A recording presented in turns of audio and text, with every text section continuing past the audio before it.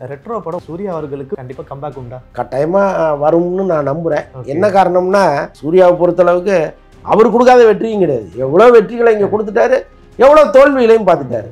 இந்த முறை அந்த தவறு நடந்துடக்கூடாதுங்கிறதுல அவர் ரொம்ப தெளிவா இருந்திருப்பார். திரையை விட ஒரு ரியல் லைஃப்ல நல்லவர்னு நான் நினைக்கிறேன். எனக்கு எப்பவுமே சூர்யா ஒரு ஓவர் ஆக்டிங் நடிகர்னு தான் நான் பார்ப்பேன். சினிமாவை தாண்டி நிஜ வாழ்க்கையில ஒரு ஹீரோவை அவரை எப்பவுமே நான் பார்ப்பேன். ரொம்ப ரொம்ப அடிப்படை கீழ்மட்டத்தில் இருக்கிற சாதாரண வீட்டிலேருந்து ஒரு நல்லா படிக்கிற பையன் இருக்கான்னா அவனை அப்படியே தூக்கிட்டு வந்து கோபுரத்தில் உட்கார வைக்கிற அந்த பணியை கடந்த பல வருஷமாக அவர் பண்ணிட்டு இருக்காரு. ஒரு அரசாங்கம் செய்கிற வேலையை ஒரு தனி மனிதனாக அவர் செஞ்சிட்டு இருக்காரு. அதற்கான புண்ணியமும் பலனும் பெருமையும் அவருக்கு போய் சேரணும். வாடிவாசல் கட்டாயமாக வருது. அதற்கான வேலைகள் தானே வெற்றிமாறன் இருக்காரு. கமல் அவர்களுக்கு இந்தியன் 2 படம் ஃப்ளாப்னு சொன்னாங்க. அதே மாதிரி 10 தலை படமும் வந்து எஸ்டிஆர் அவர்களுக்கு பெருசா போகல. ரெண்டு பேருக்குமே பெரிய கம்பேக்கா இருக்குங்களா? நிச்சயமா இருக்கும்னு தான் நான் நம்புறேன். ஆனால் அவருக்கான ஃபேன் பேஸ் அப்படியே ஸ்டெடியாக நின்றுகிட்டே இருக்காங்க. என்ன காரணம்? அது கொஞ்சம் ஆச்சரியமான விஷயம்தான். இப்போ அஜித் வந்து மன்றத்தை கலைச்ச பிறகு அவருக்கு இன்னும் கூடுதல் பலம் வந்து பாருங்க. எனக்கு தெரிந்த அடுத்த அஜித் வந்து சிம்பு தான்.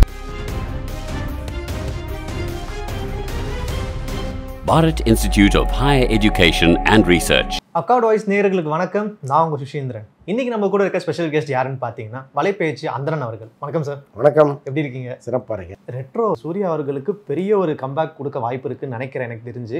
ஸோ அப்படி பார்க்கும்போது இந்த ரெட்ரோ படத்தோட ஆடியோ லான்ச் சிவகுமார் அவர்கள் பேசின பேச்சு வந்து பையனுக்கு வந்து சப்போர்ட் பண்ண மாதிரியும் இருந்துச்சு. அதே மாதிரி கொஞ்சம் ஓவராக பேசிட்டாரோ அப்படின்ற மாதிரி மீம்ஸ்லாம் போட்டுட்டு இருக்காங்க. நீங்கள் எப்படி?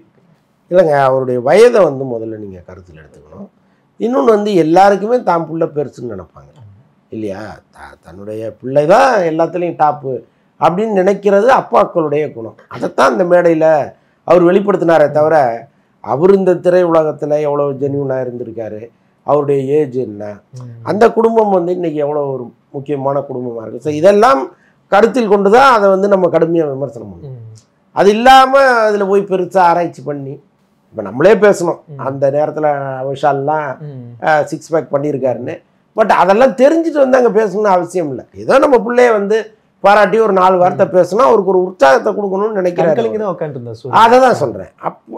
அந்த அளவோடு தான் அதை நம்ம பார்க்கணுமே தவிர அதில் ரொம்ப ஆராய்ச்சி பண்ணி அது எப்படி நீங்கள் தவறாக சொல்லலாம் இல்லை சண்டை போகிறதுக்கு என்ன இருக்குது? இதே வந்து இப்போ இன்னொரு ஹீரோ சொல்கிறாரு அல்லது ஒரு தயாரிப்பாளர் சொல்கிறாருன்னா நீங்கள் எப்படி சார் சொல்லலாம்னு சொல்லலாம். பட் அந்த ஏஜையும் நம்ம பார்த்துக்கணும். Okay sir. ரெட்ரோ படம் உண்மையிலே எப்படி வர வாய்ப்பு இருக்குது? கண்டிப்பாக கம்பேக் உண்டா? கட்டாயமாக வரும்னு நான் நம்புகிறேன். என்ன காரணம்னா இப்போ அவருக்கே தெரிஞ்சு போச்சு நம்ம வரிசையாக ஃபெயிலியர் படங்களாக கொடுத்துட்ருக்கோம். ஒரு வகையில் நம்ம மேலே தப்பு இருக்குது. ஏன்னா கதைகளை தேர்ந்தெடுக்கிறவர் அவர் தானே. அப்போ நாம் நினைக்கிறது ஒன்று நடக்கிறது ஒன்றா இருக்கும்பொழுது இந்த முறை அந்த தவறு நடந்துடக்கூடாதுங்கிறதுல அவர் ரொம்ப தெளிவாக இருந்திருப்பார். இன்னொன்று கார்த்திக் சுப்புராஜை பொறுத்தளவுக்கு இப்போ சுந்தர் சி மாதிரி தான் ஒரு மினிமம் கேரண்டி டைரக்டர். ஒரேடியாக மொக்க போட்டுற மாட்டார், ஒரேடியாக ஓகோன்னு படங்களும் கொடுத்துட மாட்டார். அவரேஜாக இருக்கும், எப்பயாவது ஒரு வெற்றி படம் கொடுத்துருவார். ஸோ அப்படி இருக்கும் பொழுது இந்த படத்தை ரொம்ப அண்டர் எஸ்டிமேட் பண்ணி பார்க்க வேண்டாம். சூர்யா அவர்கள் திரையில் எப்படி, அதே மாதிரி ரியல் லைஃப்பில் எப்படி சார்? திரையை விட ஒரு ரியல் லைஃப்பில் நல்லவர்னு நான் நினைக்கிறேன். ஓகே. திரை மொழி ஒரு என்னுடைய கருத்து தனிப்பட்ட கருத்து. பல பேருக்கு இதில் உடன்பாடு இல்லாமல் இருக்கலாம். எனக்கு எப்போவுமே சூர்யா ஒரு ஓவர் ஆக்டிங் நடிகர்னு தான் நான் பார்ப்பேன். அவர் ஒரு சரியான ஸ்கேலில் உட்கார மாட்டார். எப்போவுமே மீட்டரை தாண்டி தான் நடிப்பார் அப்படிங்கிறது என்னுடைய தனிப்பட்ட கருத்து. இங்கே திரையுலகத்தை சேர்ந்த சில இயக்குநர்கள்ட்ட நம்ம பேசும்போதும் நம்ம கருத்தோடு ஒத்து போயிருக்காங்க. ஆனால் அது வெளில சொல்ல மாட்டாங்க. ஆமாம் சார் நீங்கள் சொல்கிறது கரெக்டு தான், ஆனால் நான் வெளில சொல்ல முடியாது சார்லாம் சொல்லியிருக்காங்க. அது வேறு.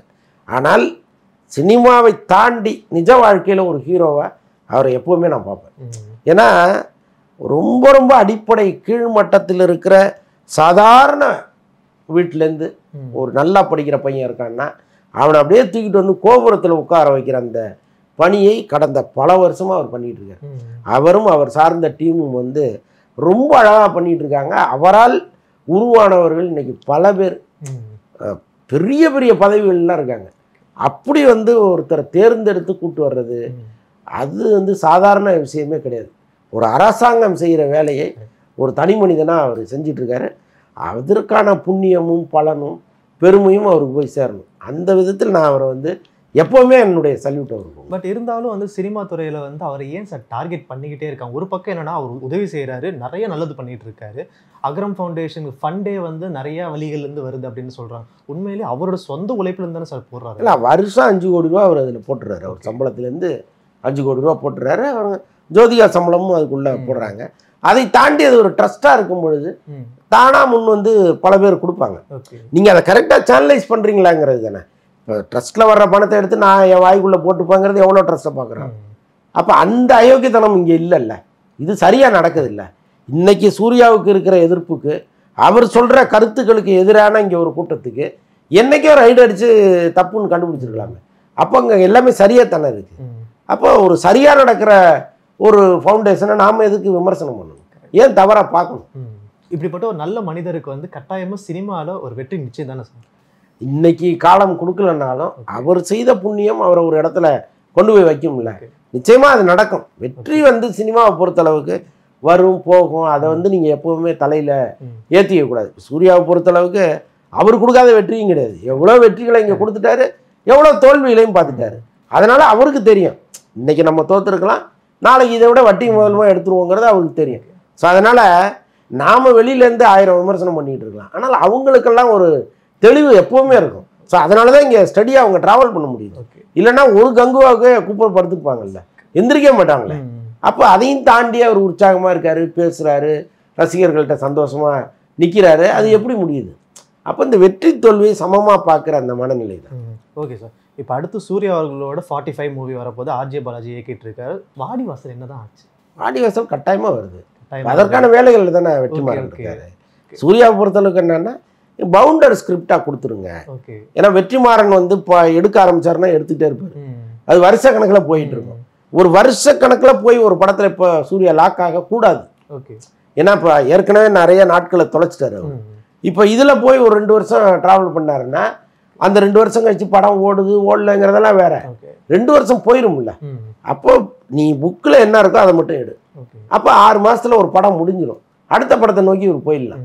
ஸோ அதனால வந்து நீங்கள் எனக்கு புக்கு கொடுங்க, நான் வர்றேன்ட்டாரு. ஆனால் ஒட்டுமொத்த தமிழ் சினிமாவையும் வந்து வாடிவாசல் படத்துக்கு மேலே பயங்கர எதிர்பார்ப்போடு இருக்காங்க சார். என்ன காரணம்? இல்லை, அது கதை நம்ம தமிழர் வீரத்தின் விளைநிலமாக இருக்குது அந்த கதை. ஸோ அதனால் அது வந்து ஒரு எதிர்பார்ப்பாக இருக்குது. இன்னொன்று வந்து இந்த மதுரை பேசுது, ஜல்லிக்கட்டு, அது இதுன்னு அதுக்குள்ளே வரப்போகுது. அப்போ ஒரு பெரிய கமர்ஷியல் படமாக அது வரும். Okay sir. கமல் அவர்கள், எஸ்டிஆர் அவர்கள் 2 பேரோட தக் லைஃப் படம் வந்து பயங்கர எதிர்பார்ப்போடு இருக்குது. ஜூன் 5 ரிலீஸ் ஆக போகுது. அதுக்கு ஏற்ற ப்ரொமோஷன்ஸ் இப்போத்துலேருந்து ஆரம்பிச்சிட்டாங்க. ஸோ ஆல் ஓவர் இந்தியா ஃபுல்லாக ப்ரொமோஷன் போக போகிறதா பேச்சுக்கள் போயிட்டு இருக்கு. உண்மைங்களா? ஆமாம்மா.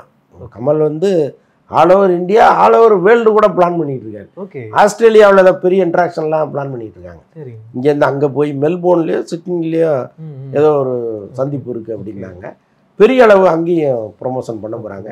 கமலை பொறுத்தளவுக்கு எப்போவுமே அவர் வந்து இன்னைக்கு நேற்று கிடையாது. அவர் பல காலமாக அவருடைய படத்தை அவர் தான் உண்மை மக்கள்கிட்ட சேர்த்துருக்காரு. எல்லாத்துலேயும் உட்காருவார். சின்ன பத்திரிக்கை, பெரிய பத்திரிக்கை, எஃப்எம், டிவி எல்லாத்துலேயும் உட்காந்து தனி மனுஷனாக பேச ஆரம்பிச்சிருவார். ஸோ அவர் இந்த படத்தில் மணிரத்னம், சிம்பு, அவர் எல்லாருமே சேர்ந்து, த்ரிஷா எல்லாருமே சேர்ந்து இந்த ப்ரொமோஷனை பெரிய அளவு கொண்டு போய் சேர்ப்பாங்க. Okay sir. இந்த படம் வந்து 2 பேர்த்துக்குமே ஒரு கம்பேக்காக இருக்குமா சார்? ஏன்னா கடைசியில் வந்து கமல் அவர்களுக்கு இந்தியன் 2 படம் ஃப்ளாப்னு சொன்னாங்க. அதே மாதிரி 10 தலை படமும் வந்து எஸ்டிஆர் அவர்களுக்கு பெருசாக போகல. 2 பேருக்குமே பெரிய கம்பேக்காக இருக்குங்களா? நிச்சயமாக இருக்கும்னு தான் நான் நம்புகிறேன். ஏன்னா மணிரத்னம்ங்கிற ஒரு கேப்டன் இருக்கார்ல, ஸோ அவர் எப்பவுமே கொஞ்சம் வித்தியாசமான ஒரு கதையோடு போயிடுவார். அதுவும் நாயகனுக்கு பிறகு கமலும் மணிரத்னமும் சேர்ற படம். அப்போ இன்னும் கொஞ்சம் கூடுதல் கவனம் எடுத்துப்பாரு. ஸோ அதனால் நல்லா இருக்கும் தான் நான் நினைக்கிறேன். Okay sir. எஸ்டிஆர் அவர்கள் வந்து இப்போது ஷூட்டிங் ஸ்பாட்டில் ஒழுங்காக வராருங்களா? இப்படி முன்னத்துக்கு இப்போ எப்படி மாற்றங்கள் உண்டு? அவர் மாநாடுலேருந்து சரியாயிட்டாரு. Okay okay. ஆக்சுவலாக மாநாடு படத்துக்கு முன்னாடி வரைக்கும் தான் அவருக்கு அந்த பிரச்சனை இருந்துச்சு. பட் அவர் புரிஞ்சுக்கிட்டாரு. ஓகே. ஆக்சுவலாக நம்மளை வச்சு படம் பண்ணுறதுக்கு எல்லாருமே பயப்படுறாங்க அப்படின்னு அவர் புரிஞ்சுக்கிட்டாரு. இவ்வளவு பிரச்சனைகளும் நம்மால் தான் உருவாச்சுங்கிறதையும் அவர் புரிஞ்சுக்கிட்டாரு. அப்போ அவர் என்ன பண்ணுறாரு, அவரை சரி பண்ணிக்கணும்னு சரி பண்ணிட்டு தான் மாநாடு பண்ணார். மாநாடு பண்ணும்போதே அந்த சுசீந்திரன் படம் ஒன்று வந்துச்சு, அந்த படமும் பேரலாக பண்ணார். ஸோ அப்போலேருந்தே அவர் சரியாயிட்டார். ஸோ அதனால் இந்த படத்தில் ரொம்ப கரெக்டாக வந்துட்டு தான். அவருக்கான ஃபேன் பேஸ் அப்படியே ஸ்டெடியாக நின்றுக்கிட்டே இருக்காங்களா சார்? என்ன காரணம்? அது கொஞ்சம் ஆச்சரியமான விஷயம்தான். இப்போ அஜித் வந்து மன்றத்தை கலைச்ச பிறகு அவருக்கு இன்னும் கூடுதல் பலம் வந்தது பாருங்க. ஸோ அந்த மாதிரி சிம்பு படங்கள் நடிக்கிறாரோ நடிக்கலையோ ஓடுதோ ஓடலையோ அந்த கூட்டம் வந்து சிம்புவோட அப்படியே இருக்கு.